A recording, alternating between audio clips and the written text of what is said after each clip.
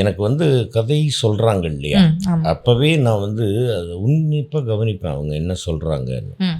அந்த டைரக்டர் சில பேர் சொல்லும் பொழுது அவங்கள்ட்ட என்ன மாடுலேஷன் இருக்குது, அவங்க சொல்லும் பொழுது அவங்களுடைய ஃபேஸ் எக்ஸ்ப்ரெஷன் இருக்குது ம். அப்படின்றது எல்லாத்தையும் பார்த்து மனசில் பதிய வச்சுக்கணும். Wow. இந்த கேரக்டருக்கு நம்ம அன்னைக்கு ஒருத்தரை பார்த்தோமே ரோட்டில், அந்த மாதிரி நடந்தால் நல்லா இருக்குமே, அந்த மாதிரி பேசினா நல்லா இருக்குமே அப்படின்றது. புகழ்மணி சார்னு ஒரு டைரக்டர், ஆ.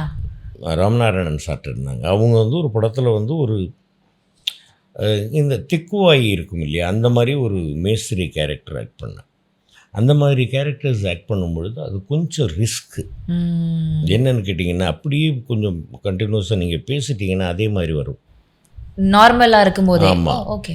அதனால் அதை பேசி முடிச்சிட்டோன்னா இந்தாண்ட வந்தோம்னு ஒரு பாட்டு பாடணும், எல்லாத்தையும் நார்மலாக பேசணும், என்ன எப்படி இருக்குது அப்படின்னு அதை மாற்றணும். அடுத்த ஷாட்டுக்கு அது மாதிரி பண்ணணும்.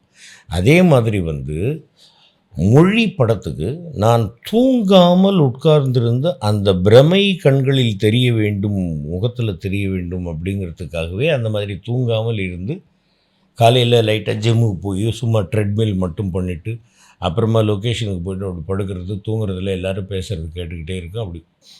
அப்படின்னு குரட்டை இழுக்கிற நேரத்துக்கு எந்திரிச்சிடுறது.